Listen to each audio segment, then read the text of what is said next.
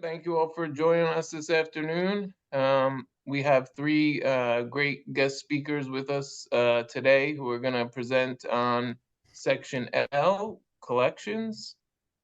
So we got a lot of good stuff in store for you, and I hope people are thinking about or have questions and are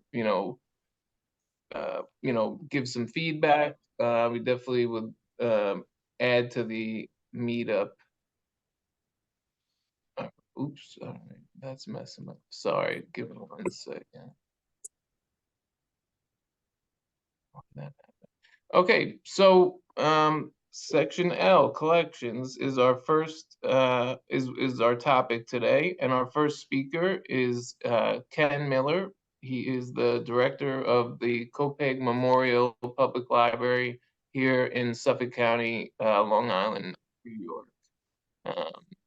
I'm going to share my screen here, and I will turn it over to Ken. Good afternoon, everyone. Alex just reached out to me about 2 hours ago about speaking today. So if I'm a little scattershot, or we're just going to kind of go with it. So I think It's all it's all good. I think one of the biggest strengths of the Sustainable Libraries Initiative is that it asks you to reimagine and re-examine a lot of the things that you're already doing.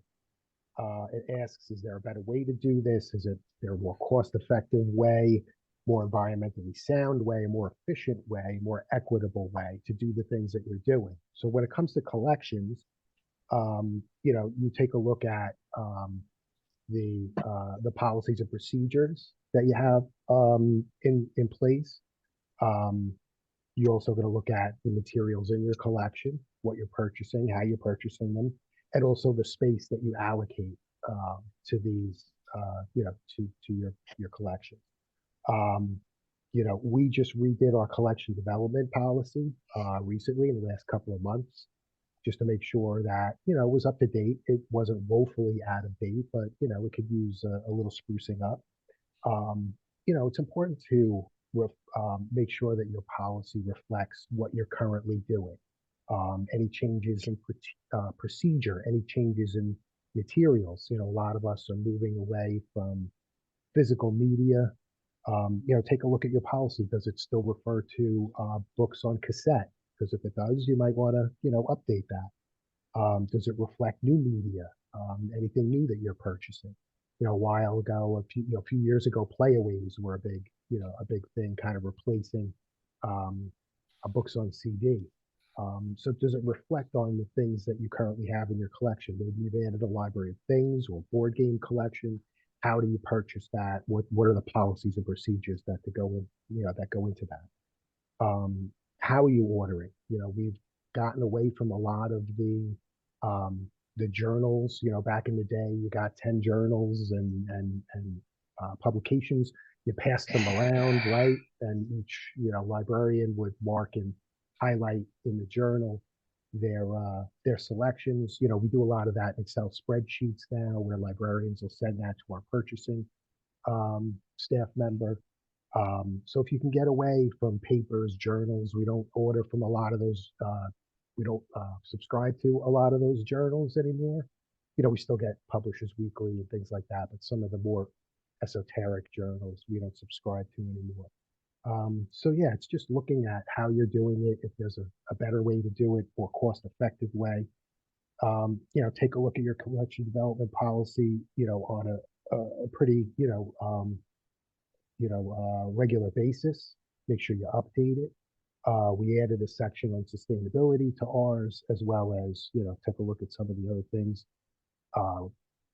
Especially you want to look at the guidelines for material selection. We live in this world now where there's book challenges, and there's people asking why you're purchasing certain things for your collection. You want to make sure that you have a strong policy and procedure in place for why you're doing that.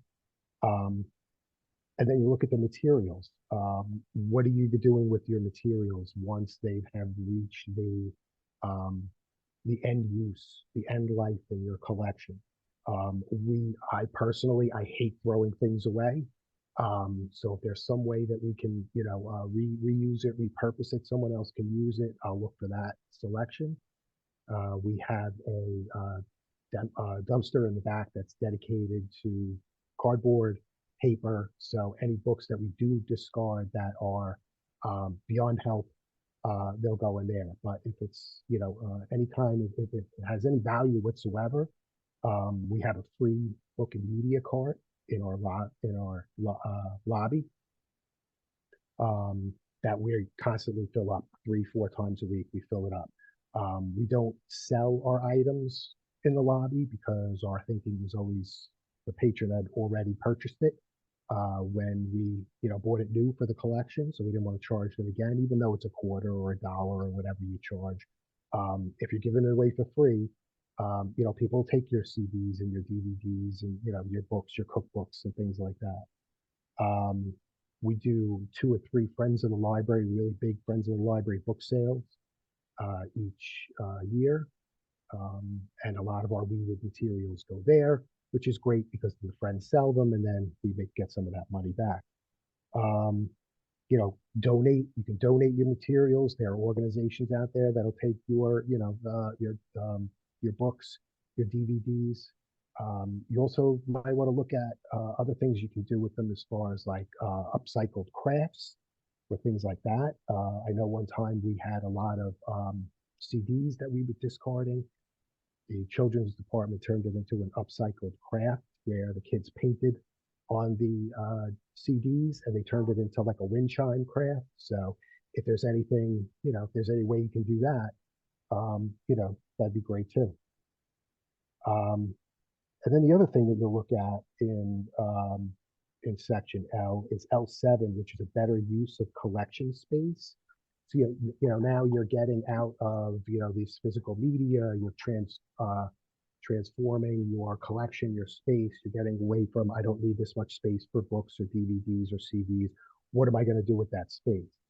So I'll just show you what we did with our space.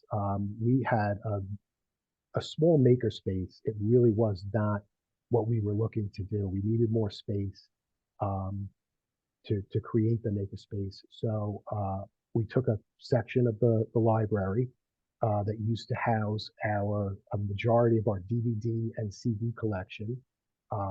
We wound up taking back, taking about 60 or 70 shelves down from the wall in the makerspace area. And actually it was great because the Lindenhurst Library next town over from us had just gone through a renovation and they needed a lot of shelving in their adult department. We had the same shelving, so a lot of that shelving went there. Again, nothing going to waste. So you see our DVD collection in the back. We have 4 CD cabinets. We used to have 10. It pained me to no end to weed this CD collection down because it was fantastic. I curated it myself.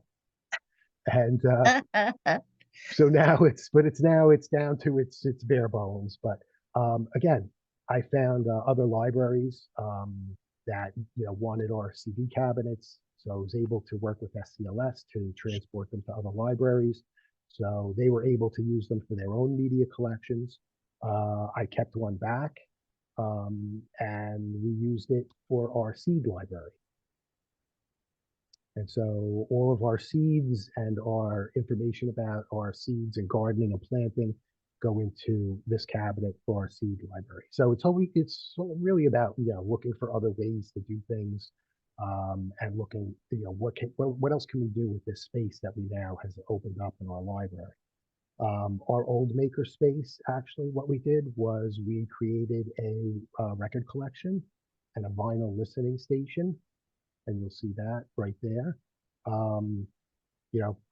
What's old is new again. So now records, if you're not, unaware, record interest in vinyl records has really skyrocketed over the last 10, 12 years.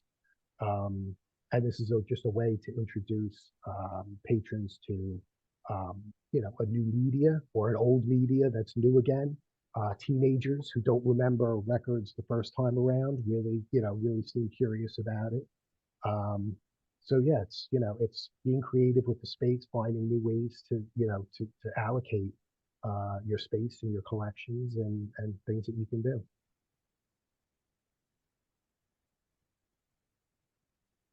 Absolutely. I'm just gonna go back to the first slide just to show the maker space. 'Cause I kind of messed up on that one. I apologize, but That's okay. this is the how it is now currently. Yes, this is our current maker space. We added the walls, the outside walls. We just had our lighting redone. This is an older picture actually, because we just redid our lighting. We have some more equipment in there, but yeah, this is our new maker space, and it's super popular. That's awesome. I Question? see. I see. We got a question. All right, go I don't know ahead. if we're allowed to ask questions now, but I figured you told Sure. Yeah, me go would tell go me if for I it. can't. No, go. What was the middle gadget? I saw a 3D printer and like a laminator or something, but there was some other tool. It looked too I'd have small to to be a see. CNC Let machine. me see the slide again. Yeah, that white one. In the middle, Yeah. is that a sublimation printer?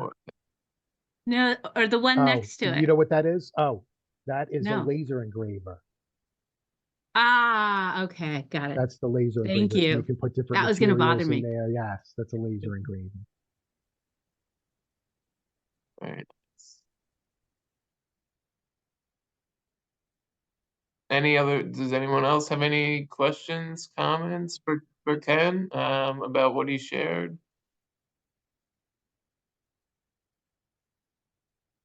Go ahead, Claudia. I just wonder how many records do you have in your vinyl collection, and are you buying them like at thrift stores, or is it stuff that like, somebody's parent donated? I'm just curious.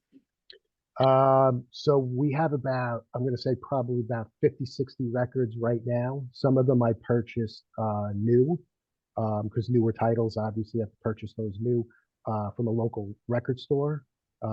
Some of them I actually donated from my own collection. Some of them were purchased used from local record conventions, local record stores. So it's a mix. The good thing about the new vinyl is you can get like the Taylor Swift and something that's brand new and is going to pique somebody's interest. The old vinyl is cheaper, but it takes a lot more to kind of clean the record up and get it where you can listen to it.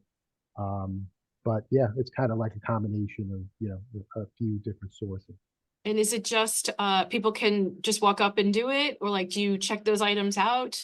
Are there, like, I worked in a music library at one point where, back in the day where it was still like, this is a very special, delicate thing and nobody can touch it except for us librarians. And so do you just Yeah. let teenagers come up and toss them on, or are they Yeah. scratching? Like what? Yeah, I don't want it to be, that's one of the things is, they are more delicate than say a CD or something like that, but you don't want to discourage people. You don't want it to be like, the velvet rope where you can look in there and you can look at it, but you can't use it. So, if they come in and, we have instructions on how to use the turntable. Obviously, all the staff is knowledgeable about how to handle the record, how to put it on the turntable.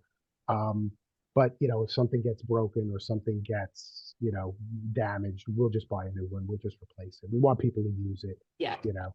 It's cool. I love it. That's a great idea. Thank you. Yeah, it looks great. Absolutely. Go ahead, Hazel. There was a cue, I wouldn't have asked my second one. But my other question for you is, making those choices that you made with your collection, did you do any kind of quantitative calculations with regard to like the cost of the item per volume, or the cost, or like the return on investment, like maybe the cost per item or the volume, or maybe the volume it takes up per cost? Because especially my question goes for those unconventional things, like records, like a maker space, and comparing those directly with books or digital books and seeing the different uses, or any diversity metrics on that. I have dreams of doing it and I've never done it. So I'm always curious how you made those choices. A lot of it was just the eye test. And anecdotally, speaking with, my library staff, what's going, what's checking out, what's still good, what are we looking at in the future. We did not run, a lot of tests. We, obviously we looked at maybe how many times something circulated, when was the last time it circulated. But, you look at books on CD, nobody has a CD player in their car anymore. Is somebody going to check out an ebook from Overdrive, or they're going to take out this 10 CD, behemoth from our book on CD collection. We're looking at it kind of on the fly. Obviously everybody does it differently, but we just kind of just went with it. Right now we have a book sale coming up at the end of the month, Friends of the Library book sale. So we're doing a lot of reading.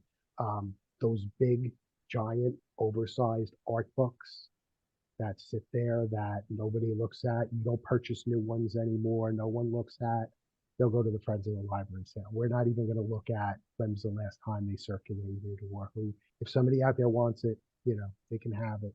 And you also look at, what are, people, obviously they're still coming in for new fiction. They're still coming in for bestsellers, things like that. But if somebody's sitting at home on their couch and they want to buy a dog, are they getting in their car and driving to the library and finding a book on what goes into dog ownership? Or are they typing in a Google search into their phone, what goes into a dog, what's this breed, blah, blah, blah. So it's kind of like just, looking at where we are in the world and making those determinations. You're welcome. That's a very good point. Thank you so much, Ken, for sharing.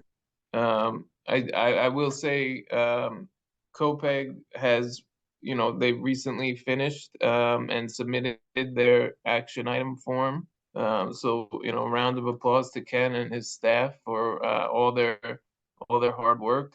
They had a really nice final presentation, which will soon be up on the SLI website. So keep a lookout for that. But well done, and thank you so much for taking the time to be here and speak to everybody. Appreciate it. All right. Next up, we have Rini Cunningham from the Concord Free Public Library in Concord, Massachusetts. Rini, go ahead. Let me know. Do you want me to share my screen now? Let me know when you're ready.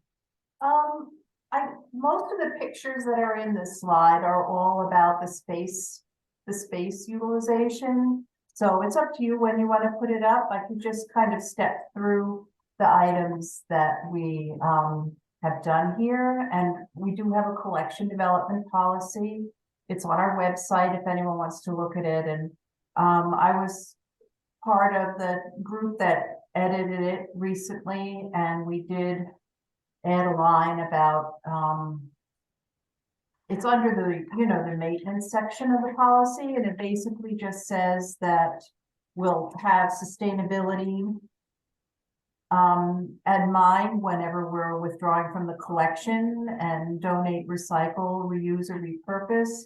And it was easy. Well, it was adding that line to the policy was really just saying what we were doing. A lot of what Ken had to observe about the policies is completely, how we reviewed it, and adding language about things that we were doing made us, brought it kind of in line with the criteria of following the triple bottom line. And it was just the process of getting it, approved by the different committees and all. And we did add a section on,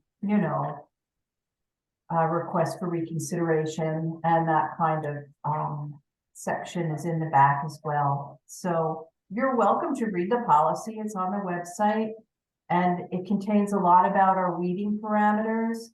And in the one article that is part of our supporting materials on the SLI action form, it has this little chart, and I did tuck that at the end, Alex. It's probably one of the last slides, and it's a nice visual, and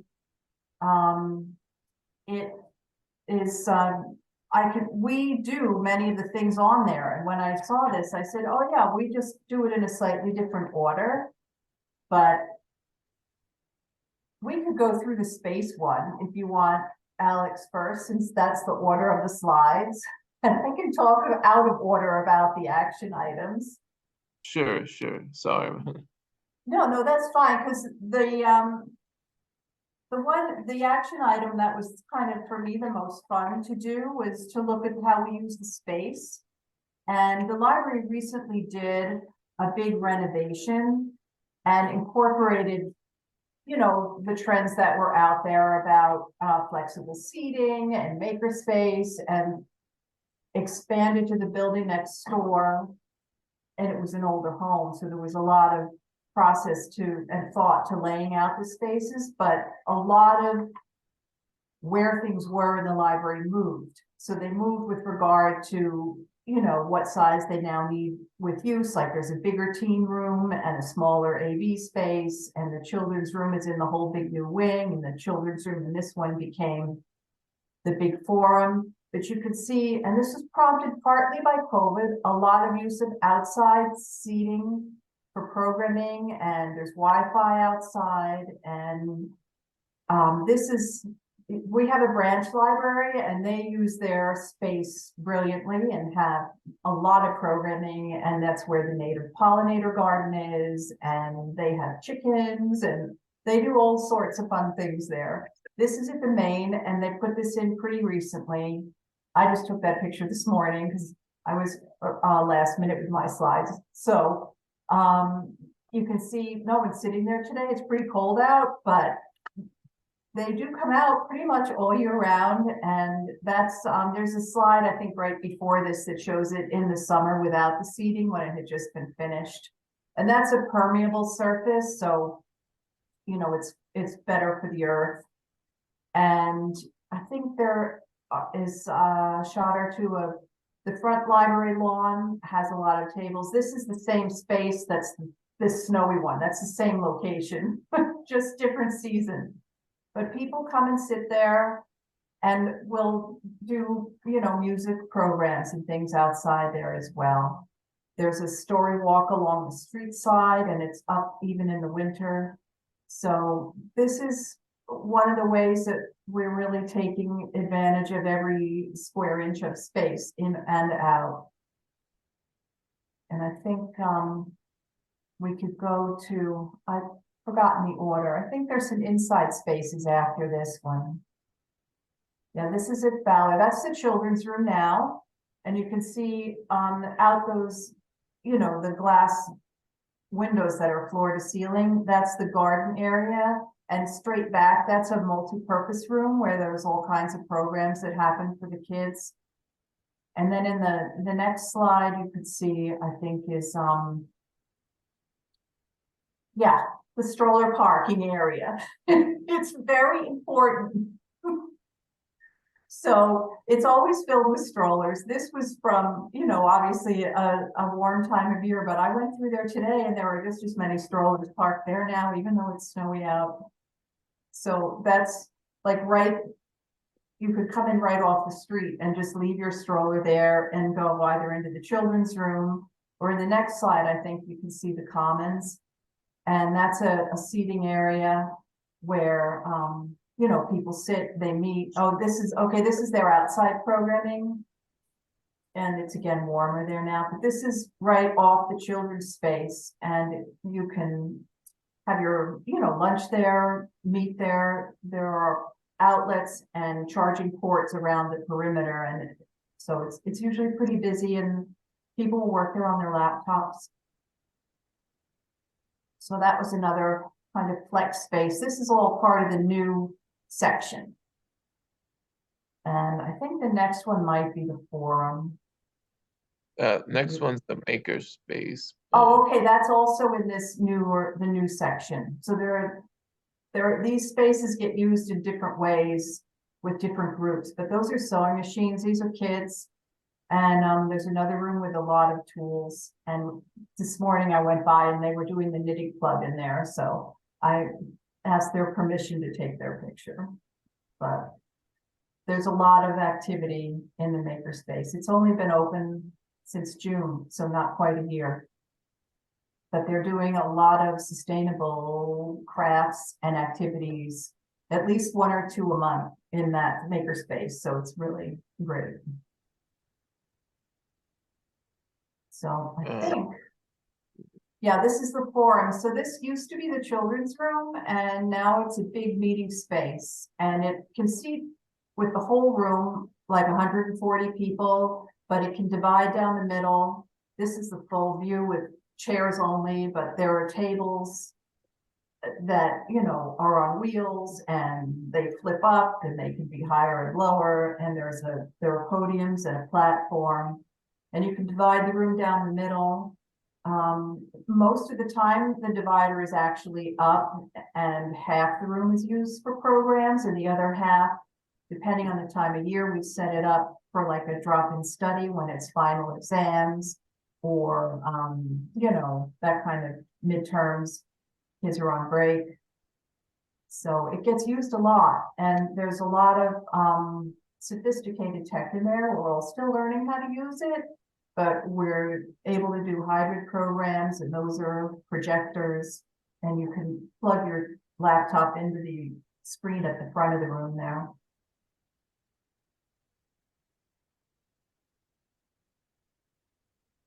Oh yeah, and here's one of the recycle books.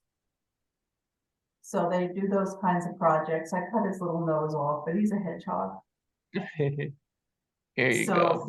This is what you were. Yeah, this was the chart. This is in one of the articles that the SLI provided us as supporting materials.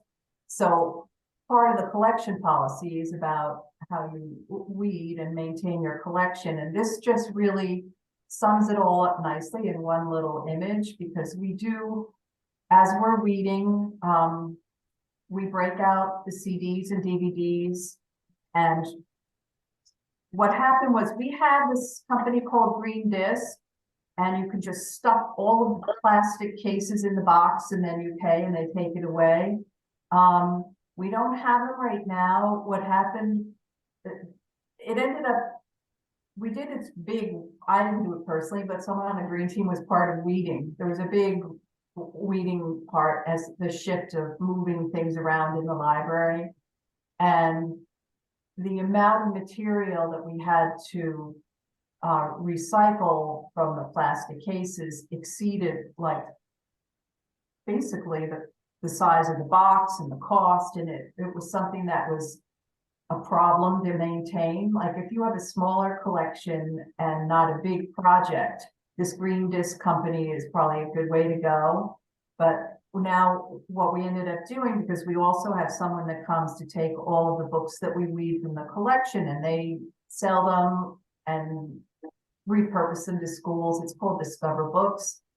And they also take the DVDs and CDs and their cases. So that's where they're going now, instead of being broken down in the other way. But those are both two options that seem to work out. And at the end, the place that takes the books, they do say they recycle what they're not able to use. So they have a couple of steps on the chain of how they get used. We don't sell the books that we withdraw from the collection, but we have a huge book sale, and it's all from books that are donated by the community. And the community donates fantastic amount of quality of books. So our sales are, and the volunteers do a terrific job. So that's where we have events and customers that come to books for sale. It's usually twice a year, but there's an ongoing couple of shelves of friends' books that are out there. But the library's withdrawing materials get donated to an organization that places them or sells them. And they come and pick up every week. They are here with a big truck every week. So that's how we handle kind of the recycling end of the materials. And that kind of sums up the collection policy piece. The other item we did on here, we didn't do records management policy. I understand we're in Massachusetts, and I think in New York, There's a New York State policy for records management that you all can kind of put as your action item, but I didn't find one of those here. I think it's Discover Books is the organization that comes, but I can get the exact link after and share it. The L4 is use of e-commerce, and we have electronic and physical print journals, but we only get one copy of the print journals, and there are many selectors. So yes, Discover Books, and not that many people use the print ones. We share the electronic ones, so it saves a lot of paper there to just have one physical copy. I think Booklist is the one that we don't have the online version for. I think it's a cost thing. We had it free during COVID when it was offered free, but we do have Publishers Weekly, Kirkus, and I think those two are online. We subscribe to PW. Library Journal is the other one that we only have the print copy for. So people do swap those around and just kind of write them and initial them. And for L5, this was really, two people on the green team did fill out this form. And I don't know if any of you have looked at it yet, but it's a checklist. But in order to answer the questions on the checklist, you just learn an awful lot about your own library by going around asking people the answers to the questions on this checklist, looking at your collection and seeing, if, I don't know if you can pull up at some point, or everyone could look at it after. It's in L4. You can link to the User Services Assessment Guide. And we did, I think, the section on, it's here says pages 10 to 11. And you go around and you get points. There's 23 items, and you're arranged, you're given points depending where you are. Yeah, that's it. On your answers, whether you do it, you don't do it, if it's in process. And then at the end, you get a score. And we did pretty good. We got an 87%. So that was really fun to see. But when you started out, you had no idea. You just go through, and then you get the answers in the end, and you learn what you're working on and what you could do more on and what you can like pat yourself on the back for. So, and you chat with other people in the library that you may not meet in a day. So I highly recommend choosing that one as one of your options, because it's in the ones where you can pick and choose from. It's not a mandatory one, but I think it's well worth doing. And I talked all about the use of the space, and we didn't do optimal collection size based on use, but we do routinely weed and balance and see if things are circulating and try and maintain the collection that way. And the network that we're part of generates reports that can tell you if the percent of your population using the books matches the percent of the population, the percent of the books in your collection based on SCAT. So that's a real helpful sort of overarching thing that we will look at. And I think all of us that were participating in this learned a lot about our library. So I thought Section L was, it was short, but it had a lot to it. And rereading collection policy and checking out how you can consider repurposing space that might be sitting underutilized is a real benefit to the library. So I answer any questions if you want. You did have these helpful links that you Oh, shared. yeah. I thought you might want to see, the top link is to the policy page. You will have to scroll down and choose the collection one. It doesn't open directly to it. We have on our Facebook, and we have, other social media locations, but there are a lot of images. A lot of the images that are in the slideshow, I just scrolled through Facebook and snagged them. Some of them I ran around and took today, but we also, and there are a lot of images from the Fowler branch that I really wanted to take and fill. I could have filled 50 slides in a heartbeat, but We do have, and it's our Green Team Fowler group that really pulls out things for a special, like Sustainable Concord, that represent more of our SLI related items. And they're really, it's just amazing to look at it, because when you scroll through it, you don't realize all the things you do until you kind of go back and see. So I thought they might be fun for people to look at. And the other two links are to where we recycle things. The Surplus Technology Solutions is more for hard drives and computer parts and monitors and things like that, larger electronic waste. But we've been using them for years and years, and we just fill up this giant thing and they come. Wow, that's very helpful. Thank you so much. Does anybody have any questions for Rini about what she shared? Hazel, did I see? I always have a question. Not a bad thing. It's not a bad thing. Well, really, I am going to look up these resources. Thank you so much. I was telling people I always learn something when I come to these, even though officially I think we went through the process. We're still going through the process. But I was curious about when you were saying you use technology stuff. We work a lot here with Goodwill, and I know they're based out of Massachusetts, which is where you said you're from, right? Yep. Yeah. So do you work with them at all with all your kind of technology recycling and stuff? No, I Okay. don't know why.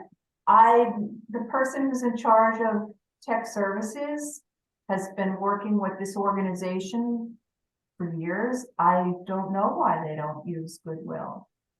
Well, it might be something to look into, because what we found is, like, by using Goodwill cleaning services and then working with them for kind of used equipment and stuff, that it was like the start of a really good relationship. And they just gave us a Cool. huge donation for then our library of things, which, like, we save stuff, Wow. what I call societal detritus.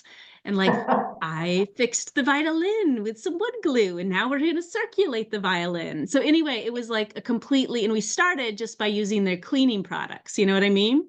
So anyway, it might be something to look into, since it sounds like you have a really cool system, but maybe there'd be ways to get connected. And I'm going to look into what you do so I can benefit from that. I am glad for the tip. I actually had asked you about native seeds for the seed balls that you make with soil, and it's on one of the lists for the makerspace to run a program on that. So there's a Massachusetts blend, so it makes it easy. I think sharing resources with each other is one of the really important things that you facilitate through the SLI on it. So thank you. Yeah, I mean, that's sharing of the resources is a huge part of the Sustainable Libraries Initiative. That's why you'll hear us say, we're a community of practice, and that's exactly what you're talking about is sharing ideas, and how Hazel can learn from things that you do, and you can learn from things that she does, and and what Ken does, and everybody here. So that's why I think these meetups are so important, that we get together and discuss different resources, different ways to do things, through a sustainable lens, and like you said, just keep sharing. Does anybody have any questions for Rini, or any others? No. All right, we'll move on to our final speaker today. Coming from Houston, Texas, from Harris County Public Library, we have Laura Smith with us. Thank you for being here, Laura. Welcome. Thank you. And I don't have any slides, but I will paste some links that I have in the chat to share. So I'll start off by linking in our collection policy, and we are not through with the process. We're still working through it, so I'm not going to have I don't have everything yet. So I will talk about what we do have. And our collection policy, being in Texas, as you can imagine, that is fun when it comes to collections. And so we have been, making sure that we have a strong collection policy. It really only took a couple of minor edits, and that was basically ensuring that for book challenges, that anybody who submitted those had to be a resident of Harris County, had to have read the item in its entirety, and could only submit one challenge per form. Harris County itself is one of the most, is definitely the most ethnically diverse county in the state of Texas, as well as almost every other kind of diversity that you can think of. But we border some more conservative and less diverse counties as well. So that is our collection policy, and it includes information on how people can submit for reconsideration of materials. You can see that there at the bottom. We were declared, our Commissioners Court declared us a book sanctuary in September of last year. So that is another link that I have here, kind of showing that, we have a commitment to the freedom to read, and that it's, we believe it's a parent's responsibility to decide what a kid reads, and reminding people that, we serve a very diverse community. So we were really, really happy that that was something that got approved and passed by our Commissioners Court last year. So that's a link to the blog post on our website announcing that. Really awesome. And there's the inside of the actual resolution itself, and there's a picture at the bottom of the Commissioners Court, and that's our library director there in the middle, Edward. So that's when they approved that in September of last year. So that's kind of some of the bare bones stuff about our the basic collection policy. We do have floating collections, so that kind of helps. We have 26 branches across a very large county. It is, well, we recently added, I always forget, we recently added another tiny little one. So technically we have 27 branches in our administrative office. We do not have a central branch. We have been floating collections for more than 10 years now, but we still have some long-term staff who kind of tend to think about it in non-floating terms. So they forget that, if there's something they think they want on their shelves, they can float it over to them if they need to. We don't need to order another copy just for them. I get a lot of requests for that, and I'm like, no, we have 20 copies just sitting on shelves at other branches. Just pull one over there, please. I'm not ordering one for you. So that's one of the ways we kind of manage some of the financial side of things. Also, our budget has been flat the last couple of years, which, as y'all know, with increase in prices on things, means it's really been decreased. So when we order books, because I should have said I am a collection development librarian. That's my main role at the library is collection development and the adult stuff.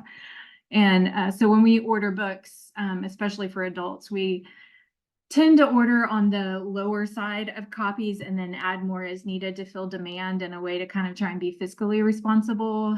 Some of our previous collection development staff would order a whole lot, especially for our one book, one community read program, Gulf Coast Reads. She would way order, and we just have so many copies of those books from years past when she was still here doing that. Because she wanted to see them. It's that kind of mentality of seeing it on the shelf, which I get. I mean, I don't love that our new bookshelves that some of our branches have are not empty, and they think, that we're not ordering new books. And I just have to remind them, like, yes, we do. They're just going right out to filled holds, because that's, the ultimate goal is for them to be read. So, I mean, I know we want our displays, but it's something that we've had to take into consideration. And I like it from a sustainability perspective, because I don't want a lot of books just sitting around not being used. Some of y'all mentioned professional development publications, which made me think of how we've handled that. So a lot of our administrative staff have been working remotely since even before the pandemic, because of where our office is located, we share a building with the sheriff's department, and there's not enough parking for us, for them, and for all of our outreach and delivery vehicles. And so, and there's nowhere to expand it. We have a railroad track behind us, the freeway in front of us, and buildings on either side of us. So we have been working remotely. So a lot of the, even before that happened, the professional development publications, especially the things like Publishers Weekly and Book List, you know, we would order them, and then there was a list of everybody who wanted to read those, and it would inevitably get to like 1 or 2 people's death and then just sit there and languish in obscurity, and nobody would ever know where it was. So I've really been pushing at them to cut back on those. So we've kind of decreased those, and we have like one that's called Marketing Library Services that our marketing team uses. I think we still have one of the publications, I think Publishers Weekly, because one of my coworkers who is stubbornly sticking to it, even though, again, we're rarely in the office and it's print and it's problematic to set up the electronic access the way we have.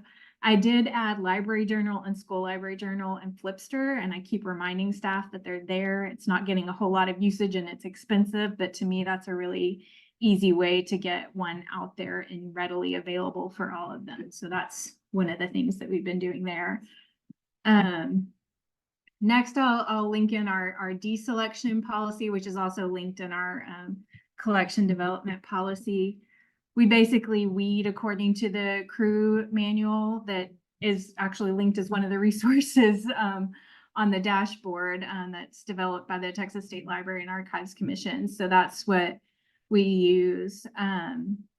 We have kind of said, you know, it says there, our branches are expected to maintain an average of 12 inches of empty space. We're not out there with rulers. Obviously, as we go around and do our branch visits and stuff, we talk to staff and we encourage them to try and have them be about 3/4 full so that there's a little bit of room and they're not super cramped. So that there's room for new items, because that's one of the things during the pandemic when physical circulation went down some, we had a lot of branches that were like, our shelves are full, help, what do we do? And so that was kind of looked at then. We encourage them to stay away from the top and bottom shelves if they can, just to make it easier for people to access them. And then also if there's a flood, you know, maybe it will only go as high as that, that shelf that's not the very bottom shelf. That's kind of some of the things that we have in there. Because of county policy regarding the handling of county property when it's disposed of, we cannot sell our books through the Friends of the Library. So what we do is we use Better World Books, and we have had a contract with them since I think before I started working with the library, which was 15 years ago. And so we send all of our discards to them, and then we've got, we get reports. I know my boss was able to pull them as far back as 2016. That tell us, you know, how many books were reused, how many were recycled, and it gives you data on, you know, how many trees it saved and energy and water and all of that it saved. So they're environmental metrics. So we've got those. Let's see, we've had Collection HQ for about 5 years, and we were using it for a while, having the branches rotate between doing the grubby fiction, the popular author transfer, and a popular subject transfer. And so they would run the reports, and then they would look and see what other branches had things that they might need, and everyone would do their shopping and then swapping the books around and everything. And COVID kind of killed that because we weren't making them do that during when we weren't open to the public, because physical circulation was way down, and it never really came back. What we started doing instead was we use teams a lot, and so we have a team for almost everything, and we created a float team, and we have a general channel, and then we have a I need stuff and I have stuff to give you channel. And so the staff have really liked that more, because then they can go and use it when they have time to work on it, as opposed to the schedule that we set for them when we were using CHQ. And so they do that, and they've also started using it for other things, like if they're spring cleaning and their supplies and stuff, they can post in there, I have all these pens, or I have these craft supplies, who wants them? So they've started using it for that purpose as well. Or I need, you know, bottle caps for this craft that I'm doing, who has some, please send them to me. So that's worked really, really well for us. And I really enjoy seeing them use it for the other things. And then the other reports that we use, we're going to actually drop CHQ this year. We're not renewing it. We have Blue Cloud Analytics too. So we're using them for some of the other reports that we were using CHQ for. Our newspapers, we don't have any hard and fast rules on how long they keep them. We're not really an archival type of library system. Houston, the city of Houston also has a library system. And so, we're about the same size, but they cover the city, and we mostly cover our areas in the county that aren't city of Houston, that are other municipalities. They have encroached on our turf in some cases, but so we have a couple of branches that are technically within the city limits, but they have a lot of the historical stuff. We have a county archives, and we have archives for our county library materials, but we don't really archive newspapers and things like that. So our branches kind of keep them as long as they can based on their branch size. So some of our bigger branches may hang on to newspapers for 3 months or so, and some of the smaller ones for like a month or less. So we let them decide how long they think they can hang on to them. And when they're done with the newspapers, they send them to our administrative office with their regular kind of delivery stuff. And we have a county pet shelter that is in between two of our branches. So it's kind of on the delivery route. And so once a week on Fridays, they drop off the newspapers there for the county pet shelter to use, and we can get away with that because it's another county organization, because we can't give away. Part of the county disposal of property guidelines says we can't give away or sell or donate or anything with county property outside the county. But because the county also has a surplus equipment and kind of thing, we figure we can get away with this. Magazines, we are saying they can use them for a craft program because that's repurposing them for county purposes. And then and we feel like we can do that with magazines more easily than we can try and attempt it with books. And especially since we have better world books to take care of those. So if they don't use the magazines, if they get so many that they just can't use them in crafts or whatever, they can recycle them.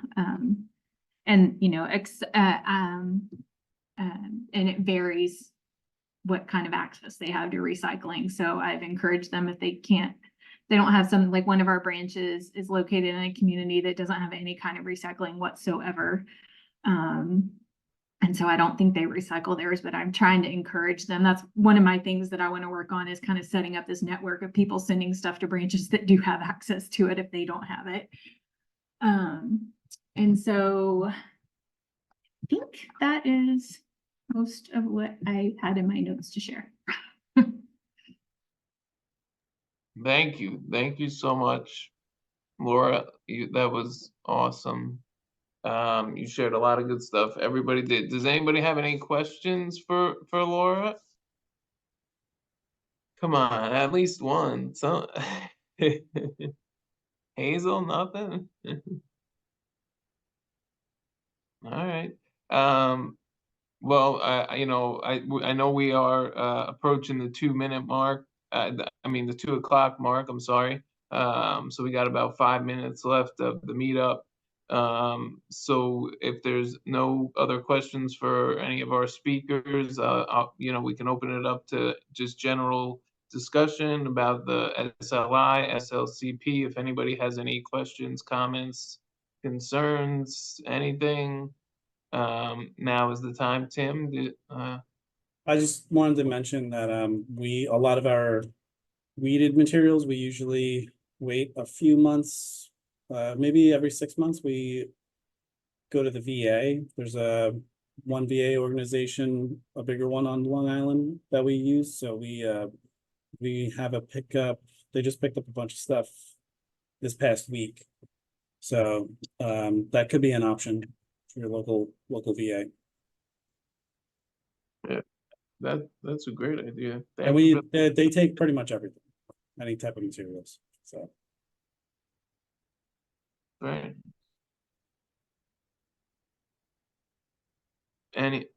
Go ahead, Ken. Just throwing this out there. I know Rennie was talking about working with different organizations as far as e-waste that the library generates. One of the things we do, and I don't know how, it seems like it's pretty prevalent in Suffolk County, but I don't know about other states or upstate. There are companies that you can hire to do e-waste recycling. So you can do that as an event for patrons. And this way you can kind of combine the two. So you can have an event for your patrons to come down, bring their e-waste, and you can also get rid of the libraries in one fell swoop. So, Yeah. and they usually don't charge that much either.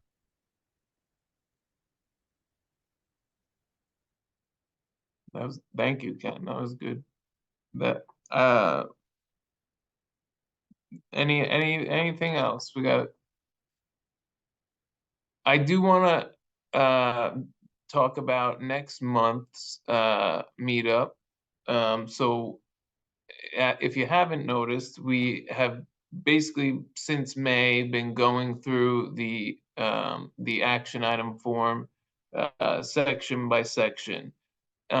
We are now at section M, which is the final presentation section, and I know I had gotten feedback that there were questions about the final presentation. What does it need? What needs to be in it?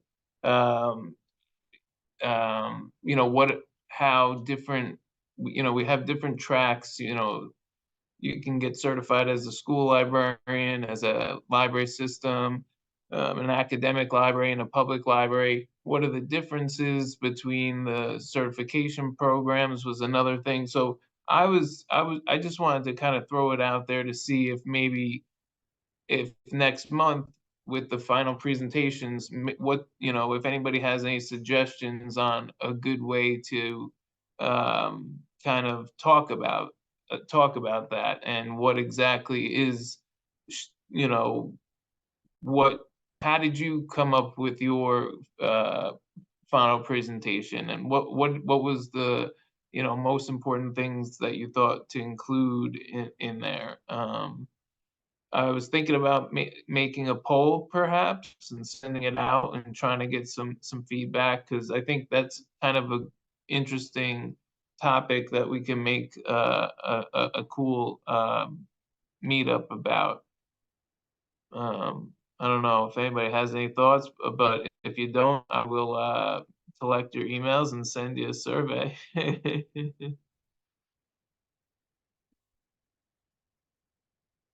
All right. I'll just say, as somebody who hasn't done theirs yet, I'm excited to hear other. I mean, I know I can look at the ones that are on there, but it'd be nice to hear from people too. Yeah, absolutely. No, yeah, there's a lot of good ones that we have posted. We post all of them on as a resources on our website. So definitely check those out. And I just want to thank our speakers, Ken Miller, Rini Cunningham, and Laura Smith. Thank you for answering my call either yesterday or this morning, and coming through big time. I really appreciate it. You shared a lot of good info, and really made this a productive meetup. And thank you for everyone who had additions to the discussion. And thank you for everyone for attending and being with us for this hour. Enjoy the rest of your afternoons, everybody, and we'll see you next month.